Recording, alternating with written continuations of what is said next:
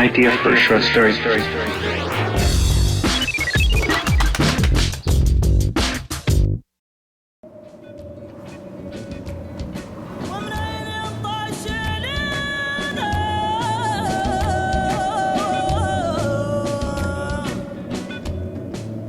Karl Marx was a Jew.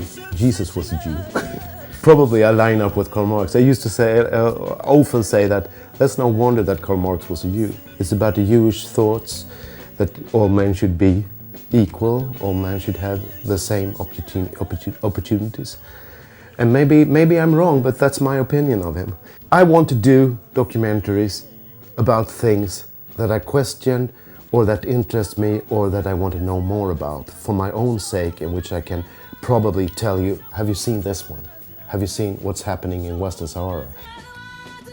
The Moroccan occupation of Western Sahara strikes a nerve with these marathon runners. Each year, a rigid 42-kilometer stretch of the desert stands before them, a race between two refugee camps and a non-violent call for the independence of this land. When my best friend said that he was going to run in Western Sahara, a marathon, I said, my God, Western Sahara, I think I heard about it during the 70s. Why don't I come with you? How can you run in the desert? That's ridiculous. So why are you doing it? The main question is, how does a marathon help the Sahrawis? Arriving here mostly from Western countries, the 450 marathon runners seem almost entirely out of place amongst the mud houses and tents which house over 160,000 refugees along the Algerian border. When we went to Western Sahara, we didn't have a straight idea of how the film's going to be. The wrong impression we got was that they were Islamic fundamentalists which were preparing for war. They're peaceful, they hate guns, and they're never going to strike back. They're going to form a society that's democratic, that's ready to take over the day they get a free Western Sahara.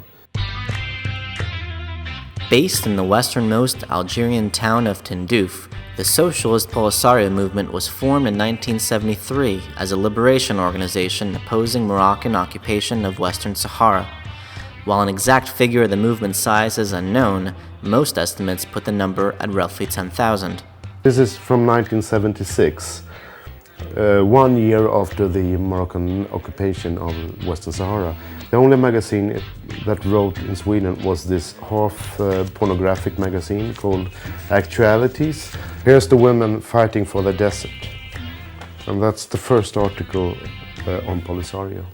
It's 33 years ago. They're not throwing bombs, they're not making terrorists attack. And that's also a pity because they don't get any publicity. Nobody knows about them. Unfortunately, there's a wall. There's a huge wall.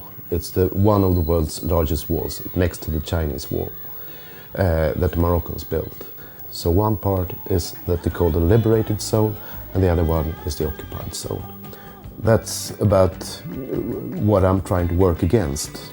I want to tear down walls instead of building them. The past 20 years have seen several UN-backed peace plans fail in deciding the fate of Western Sahara, the most recent of which simply fell off the UN's agenda in 2005.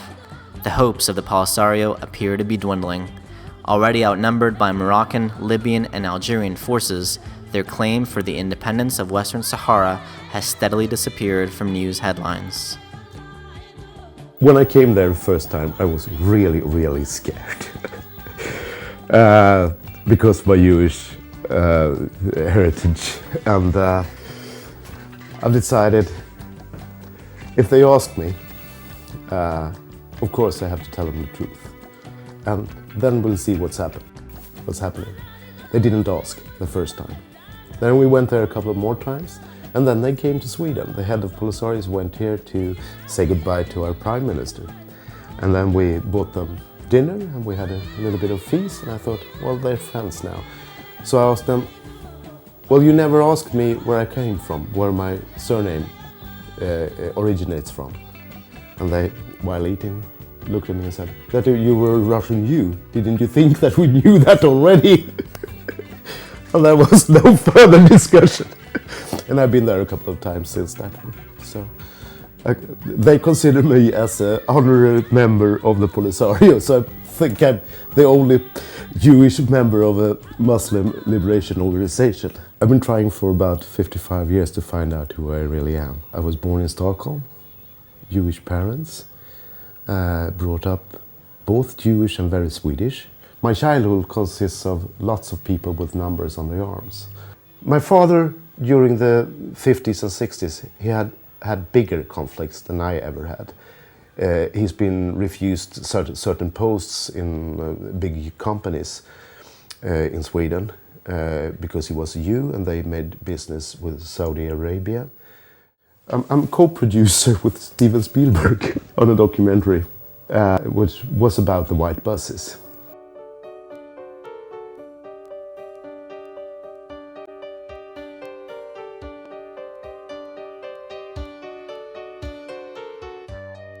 They phoned me from the Spielberg company and said, we're doing a documentary, could you please help us in Sweden? So I made a Swedish part of it with the white buses and the reception, and everybody was alive then, so you could interview them firsthand. We do a lot of jobs where we can earn money, we do commercials, we do DVDs, but that's mainly how we finance our documentary projects. Får vi komma in? Ja, självklart. And here's Samuel. He's doing the dirty work.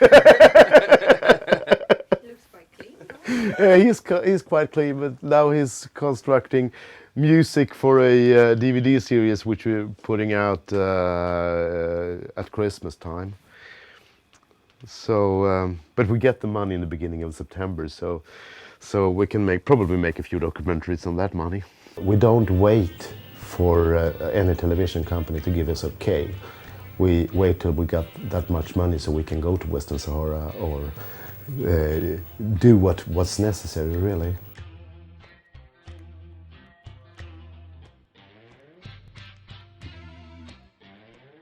Samuel is, he doesn't know it yet, but I'm going to need his help very much to edit the last half of it.